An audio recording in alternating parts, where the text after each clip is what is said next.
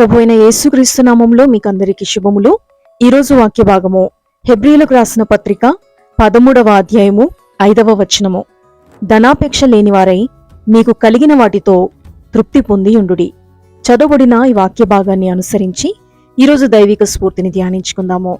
సాధారణంగా మనకు బాగా ఆకలినప్పుడు కడుపు నిండా తృప్తిగా భోజనం చేసి ఇక చాలు అనుకుంటాం. అదేవిధంగా దాహమైనప్పుడు కూడా దప్పిక తీరేంత వరకు నీరు త్రాగి ఇక చాలు అనుకుంటాం. ఇంకా అనేక విషయాల్లో కూడా మనము తృప్తి పొందుతాము. కానీ కేవలము ఒక ధనం విషయంలో మాత్రము బ్రతికినంత కాలము తృప్తి లేకుండానే ఉంటాము.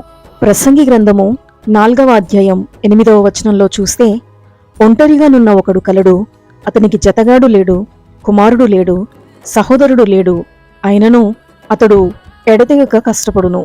అతని కన్ను ఐశ్వర్యము చేత తృప్తి పొందదు. అతడు సుఖమనున్నది నేనెరుగక ఎవరి నిమిత్తమో కష్టపడుచున్నానని కూడా అనుకొనడు. ఇదియు వ్యర్థమైనదై బహుచింత కలిగించును అని వ్రాయబడి ఉండట చూస్తాము. ధనాపేక్ష సమస్య కీడునకు మూలమని దేవుని వాక్యంలో రాయబడి ఉండట చూస్తాం కదా. అయితే మానవులు మాత్రం ఎన్ని వందల కోట్ల రూపాయలు సంపాదించినా అది వారికి తృప్తిని కలిగించలేకపోతుంది. ధనవంతులు తమకున్న ధనమంతా బ్యాంకుల్లో కూర్చుకోవడానికే తమ జీవితాన్ని వెచ్చిస్తూ ఉన్నారు. లూకా సువార్త 12వ అధ్యాయం 19వ వచనంలో చూస్తే, నా ప్రాణమా, అనేక సంవత్సరములకు విస్తారమైన ఆస్తి నీకు సమకూర్చబడి ఉన్నది. సుఖించుము, తినుము, త్రాగుము, సంతోషించుమని చెప్పుకొందుననుకొనెను అని వ్రాయబడి ఉండట చూస్తాము. ధనవంతుడైన ఒక వ్యక్తి తన ప్రాణముతో చెప్పుకుంటున్న మాటలివి. ప్రతి ఒక్కరూ తమ ఆస్తిని బ్యాంకుల్లో కూర్చుకుంటున్నారు. కలిగిన వాటితో తృప్తి పొంది ఉండమని వాక్యం చెప్తుంది. కానీ తృప్తి లేని జీవితాన్ని జీవిస్తున్నారు మనుషులు. జీవితాంతం బ్రతకడానికి సరిపోయినంత ధనము ఉంటే తృప్తిగా ఉండొచ్చని అనుకుంటున్నారు. కానీ వారు ఆ ప్రస్తుత సమయాన్ని ఆనందంగా గడపలేకపోతున్నారు. ధనవంతులైనా పేదవారైనా వ్యాపారం చేసో, ఉద్యోగం చేసో, లేదా కూలి పని చేసో పని చేస్తున్నారు, డబ్బు సంపాదిస్తున్నారు అంటే వారు ఆరోగ్యంగా ఉండటం వల్లనే. ఒకవేళ ఏదైనా అనారోగ్యం ఉంటే వారు ఏ పని చేయలేరు. అంటే మన జీవనోపాధిని మనం కలిగి ఉండటానికి చేసే ప్రతి పనికి ఆరోగ్యాన్ని మనం కలిగి ఉన్నాము అంటే అది దేవుని యొక్క కృప వల్లనే కదా. దేవుడు మనకిచ్చిన ఆరోగ్యాన్ని బట్టే ఏదైనా పనిని మనము చేసుకోగలుగుతున్నాం.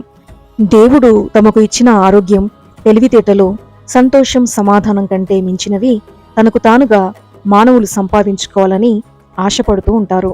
ఆదాము హవ్వలు కూడా దేవుడు తమకు తినడానికి ఎన్నో పండ్లు ఇచ్చినా కూడా వాటితో తృప్తి పొందక దేవదూతల్లా వెలిగిపోవాలని దేవుడు తినవద్దని చెప్పిన పండు తిని పతనమైపోయారు. తృప్తిలేని జీవితాలలో సంతోషం ఉండదు. దేవుడిచ్చిన ఆరోగ్యంతో తృప్తి చెందక ధనాపేక్ష కలిగి ఉండటం వలన దేవుడిచ్చిన ఆరోగ్యాన్ని చేజేతులా పాడు చేసుకుని వ్యాధిగ్రస్తులవుతున్నారు. గుడిసెలో జీవించేవారు స్లాబు వేసిన ఒక పక్కా ఇల్లు, పక్కా ఇంట్లో ఉండేవాళ్ళు ఇంకా ఎక్కువ గదులు ఉండే మేడలు, 2 అంతస్తులున్నవారు 4 అంతస్తులు మేడలో ఉండాలని ఆశపడుతూ ఉంటారు. ఎంత సంపాదిస్తే మన స్థాయి అంత పెరుగుతుందనుకుని సంపాదనే ధ్యేయంగా జీవిస్తూ ఉంటారు. చనిపోయే వరకు అలా సంపాదిస్తూనే ఉంటారు. తృప్తిలేని జీవితంలో సంతోషము, సమాధానము ఉండనే ఉండవు. ప్రసంగి గ్రంథం 5వ అధ్యాయం 10వ వచనంలో, ద్రవ్యమును అపేక్షించువాడు ద్రవ్యము చేత తృప్తి నొందడు, ధన సమృద్ధిని అపేక్షించువాడు దాని చేత తృప్తి నొందడు, ఇదియో వ్యర్థమే అని ఇక్కడ వ్రాయబడి ఉండటం చూస్తాము. ధన సంపాదన వలన మనిషికి ఎంత మాత్రము తృప్తి కలగదు.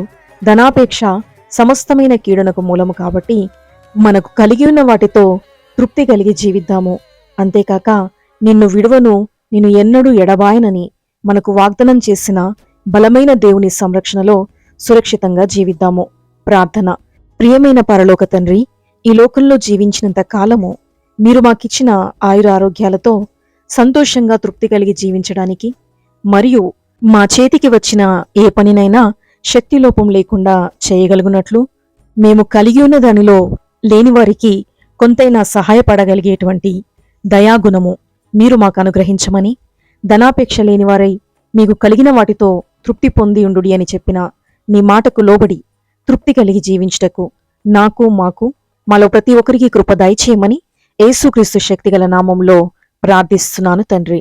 ఆమెన్.